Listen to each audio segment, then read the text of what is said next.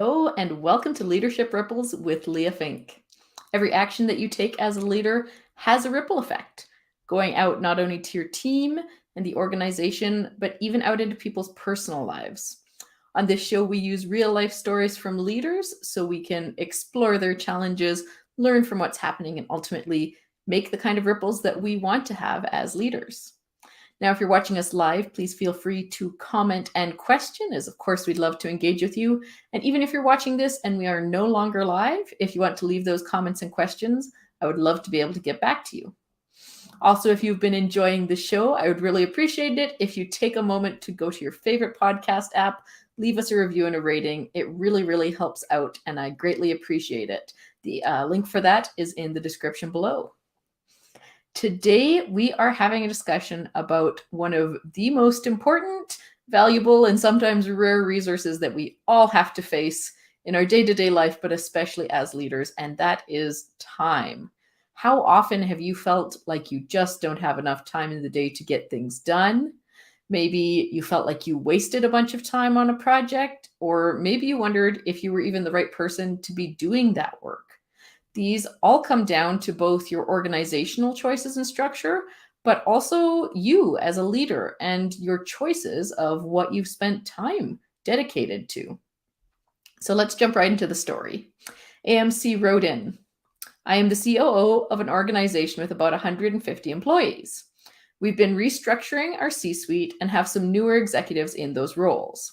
A couple of them seem to have a really hard time with time management. They're reporting feeling overwhelmed and like they have no time to take on new responsibilities. They also use that they have no time as a reason for any poor quality of work or missed work. It's hard for me to hold them accountable when they're obviously so stressed. I think one of the problems they're having is in prioritizing what work they should be doing versus what they should be delegating in these roles. I think their roles are quite clearly written out, but I always hear about them stepping into tasks that aren't part of their position. How do I help them organize their time? So this is a great question, and thank you so much for sharing, AMC. This is a classic challenge of leadership, and this affects all levels of leadership in an organization. And of course, it can be really hard for leaders to figure out what to do with their time and make sure they're staying true to what's going to work best, even when they have a clearly written out role, like it sounds like you guys have. So why is that? Of course, there's going to be a variety of reasons that play into this. And I'm going to suggest that a lot of them are more based on our beliefs, our experience, our comfort level than just about what's written out for a role on a piece of paper. So we've discussed personal values on this show. That would be a great example of where this is relevant. For example, if you really value relationship as a leader, the parts of a leadership role that are more relational based have probably been a lot easier for you. It's probably easy to go do those staff meetings and interact with people. So you might find yourself naturally gravitating towards that more. On the other hand, maybe you're a really organized person and the easiest part of your role was always putting together structures and schedules and scheduling people. And so you naturally gravitated a bit towards that. Now, once again, there's nothing wrong with this. Of course, as leaders, we want to be relying on our strength. But as we've gone through in some of our other episodes, you want to be really conscious of some of these patterns that might affect what, as a leader, you're drawn towards and therefore putting your time towards. Now, another piece that's often so comfortable, and I would say this is one of the spaces I really see leaders sometimes getting caught in, is just their knowledge of their previous role. Many leaders are promoted from a previous level that was lower down the organizational hierarchy, and they were often promoted because of how long they'd been in that position or their skill with the previous position. Now, when you've been in a position for a long time and you're very knowledgeable and skillful in it, you're probably pretty comfortable there. And now you're in a new leadership position, like AMC's staff, and you're trying to figure things out. There's new pieces. It might feel a little bit scarier, a little bit less comfortable. Well, of course, it might be natural to also want to go a little bit back towards the comfort of your previous position. Now, of course, too, on top of that, new leaders can often feel accountable to the outcomes of their team. Because when they were on that team previously, they knew what the outcomes were. They knew the work they did. They felt it was good work, and now they've been promoted. So they're seeing the outcome of their team, the output of their team, as their personal responsibility, and might also feel inclined to jump in to do that or to micromanage in order to get that done correctly, or as they see it being done correctly. And AMC, when I've talked to a lot of leaders, when I've seen this happen before, this is often what's happened. One of the biggest challenges, leaders taking on too many responsibilities from their previous role, supporting the staff that used to be in their position, and then not having the time to take on some of the pieces of their new role. And to be honest, I struggled with this before in a role when I was closer to a frontline supervisor and we were understaffed. And a part of me knew that I should be focused on some of these different responsibilities, but I also felt this need, this draw to make sure that the client responsibilities, that there was continuity with that work. And so I found myself often stepping into more of this frontline role and trying to help staff out. Now, looking back on it, of course, I wish I'd spent more time, maybe mentoring those staff and shifting that piece. Can't do anything about the past, but hopefully hearing this episode today will help you figure out how you're going to be prioritizing your role and your time in the long run. Now, I do want to talk really quickly too. If your team is not properly staffed, this might be more of a systems issue than a challenge with individual leaders not prioritizing their time. And sadly, I hear about this so much. So many employees right now are being asked to do tasks way beyond the scope of their job or way beyond the hours that their role technically encompasses. And that's because organizations might not want to spend money to fill roles when someone leaves.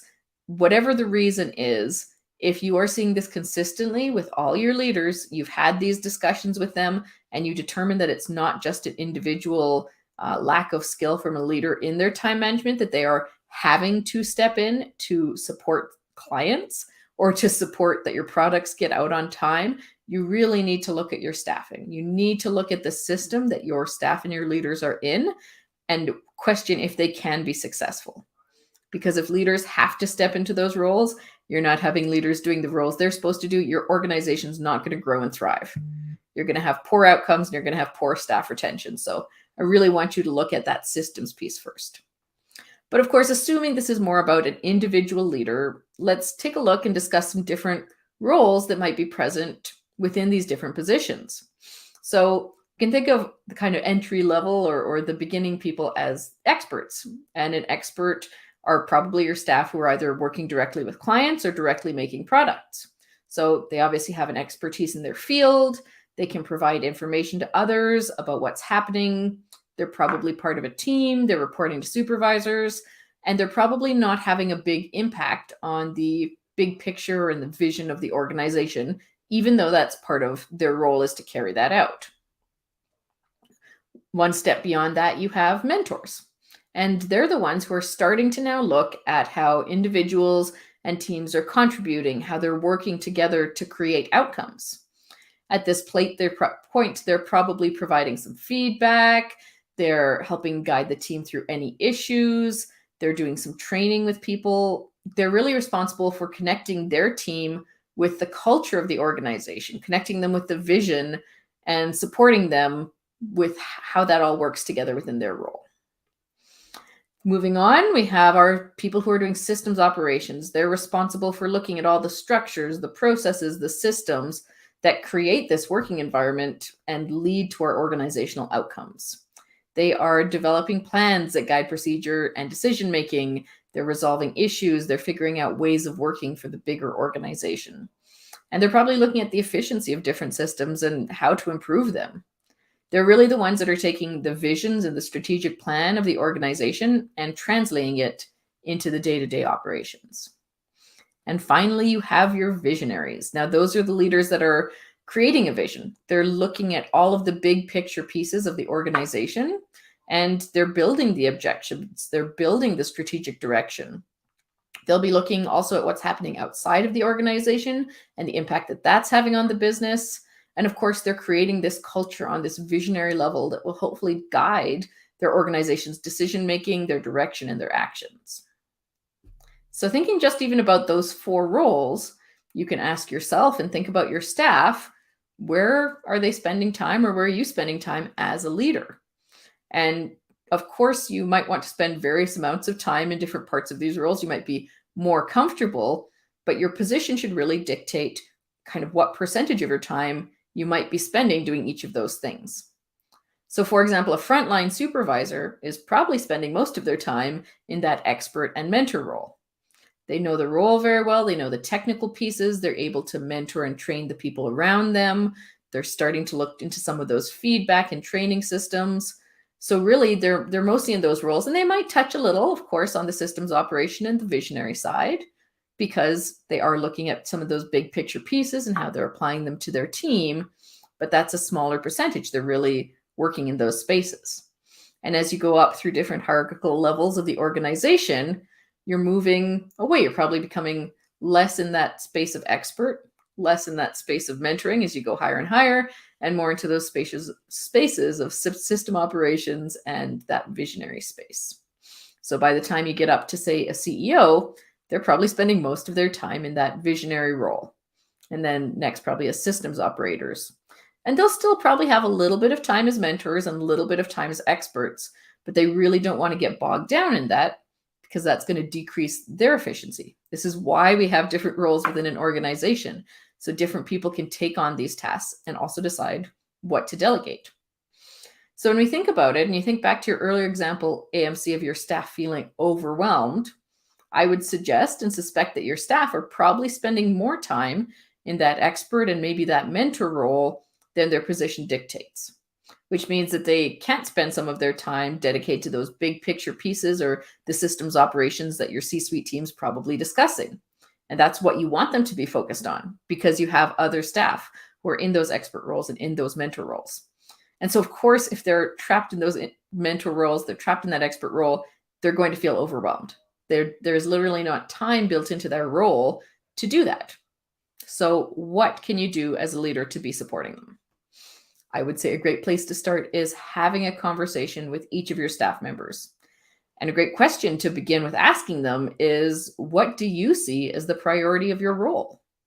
I've gotten some really interesting answers from different leaders as I ask that, and what they see as really the most important thing they should be focusing on. And this answer could give you a lot of information about maybe what they're holding on to that's helping them feel overwhelmed. Gives you some space to work with that. And as they align with that priority of the position, or they don't, you could see what roles they're stepping more into or less into. You could also ask them even to lay out the week of what their different tasks look like. What are they spending their time on? And do those align with these different roles of leadership? Or are they feeling misaligned? So it's a great place to just start breaking this down and looking at where you're spending your time and where that might be out of sync with what your role is asking you to do. As we spoke about in the last episode as well, AMC, you are supervising these people, you're supporting them in some manner. And so you also want to look at what, as a leader, you can do to resource them properly. So if you are asking them to step into their role fully, are there any resources that they need, structures, supports? If you listen to our last episode, we went a little bit more into this. And those are the things they might need to increase their understanding and their confidence in order to switch from some of that time they might not be using as effectively to feel confident in that. And probably one of the big pieces that they will need to feel confident and they might not have had as much support in is also in the leadership skill development. I don't know what amount of skill training they've had or leadership development they've had, but this is a really big piece that most leaders don't get enough support in until they're, say, at the C-suite. But there are so many pieces around communication, around understanding values, like we've talked about before, and also just in how you actually create trust within your team as a leader, and not just trust that your staff team trusts you, which is very important, we've talked about before, but also how you learn to trust your staff team, to let go of that piece of micromanaging or that sense that you might need to step in and do your previous role in order to get the outcomes you want. And that can be done with a lot of leadership skill development, so they're able to do that confidently and comfortably. I'm going to add one last piece here, which is a bit different than AMC's example, but I do see a lot of people struggle in this area is with entrepreneurs that have started their own business, which obviously they are in that expert level in. An accountant starts a business in accounting because they're very good at accounting. Now they're growing and they have a staff team, and suddenly they have to make this shift, or having a really hard time making this shift from that expert space to more of a mentor, more of a systems operator, more of a visionary. And so I'd really encourage, if you're an entrepreneur and you have a business that you've been growing, it's still at that smaller stage, you're feeling yourself very overwhelmed and bogged down in that piece of being an expert, doing the work directly with the client, or feeling like you have to create the products. Really take a moment to look at your structure as you grow. Who else can step into those roles so you can be doing more of that visionary work to keep growing the business, keep making it more successful. So I hope this has been a great reflection for you on how you are spending your time as a leader. And if you're looking at it and going, I'm a little frustrated because I don't feel my time is spent very well, I want a little bit of help with it, please do feel free to reach out, have that conversation. We'll figure some things out that might help you. Of course, AMC, I'll be following up with you as a thank you, because this was a really, really great example. And as a reminder to anyone, if you want to share your story with us or your questions, we would love to have them. The link for that is in the description below, so you can leave that, and then I will follow up with you as a thank you, making sure that you get all your questions answered. Also, if you prefer podcasts, this show is available as a podcast. We come out on Friday morning, and so you can listen to it through your favorite podcast app, and the link for that is also in the description.